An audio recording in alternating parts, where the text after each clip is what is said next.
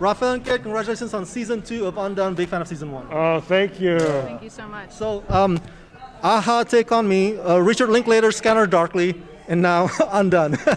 I know you've got a lot of questions about rotoscoping all day, every day, but I just want to ask, is there a sort of a difference in the rotoscoping between season 1 and season 2? Because I watched some episodes of season 2. The style of the animation is a little bit different, or is this me? I mean, it's the same style of animation, but I feel like the process has gotten refined just from the team working together more.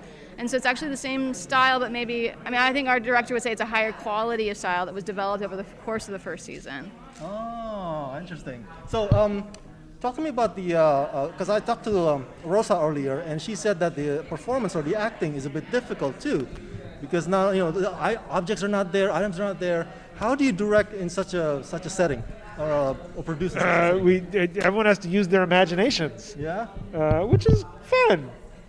Yeah, I think. Absolutely. And we do have designs for them. Like, we've designed the spaces and we have storyboards, so we can always show them those materials if they really feel confused about where they are in space, which is an easy thing to do considering that they're just in a big empty room.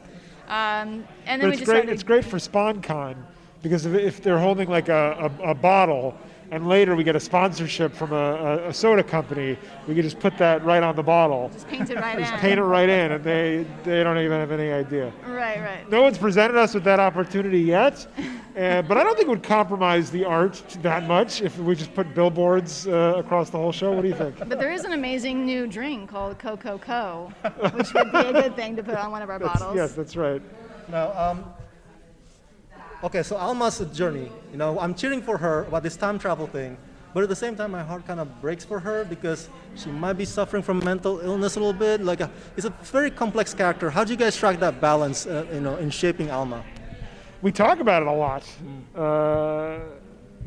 How do we find the balance? I mean, I think we want her to be fun and accessible and relatable, but also dealing with her own kind of problematic trauma and how she's processing it. And she's very othered. I mean, she feels very othered. She feels kind of like outside society, not really accepted. She's always kind of ruffling and pushing up against that. That's true. So we want to, and I think a lot of people feel that way, because it's really I think it's easy to feel like you're not on the inside, even if you are in a way. I always feel like I'm up against the glass looking in. So I think having that feeling with her and pursuing that, and then wanting her to feel like she's doing the right thing, but for the wrong reasons possibly, and that kind of ultimately the journey has to be a journey within, right? It's like a journey of exploration of the self ultimately. Yeah, and before I let you go, I also love the fact that the interracial aspect of this whole characters with the Bob Odenkirk and Constance Wu. And can you talk to me about that, because it feels so organic? Like, you guys are not making that here it is, they're not, it's not shoved in front of our faces, but it's still, part of the natural process of the characters.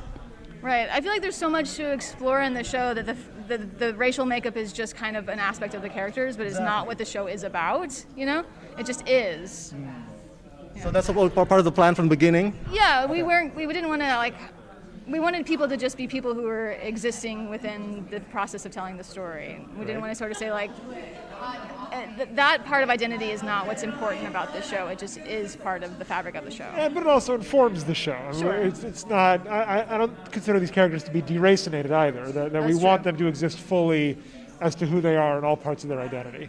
Right. Absolutely. Season 3, when? Whenever we get the call. We'll get right on that. Big fan. Thank you so much for having me.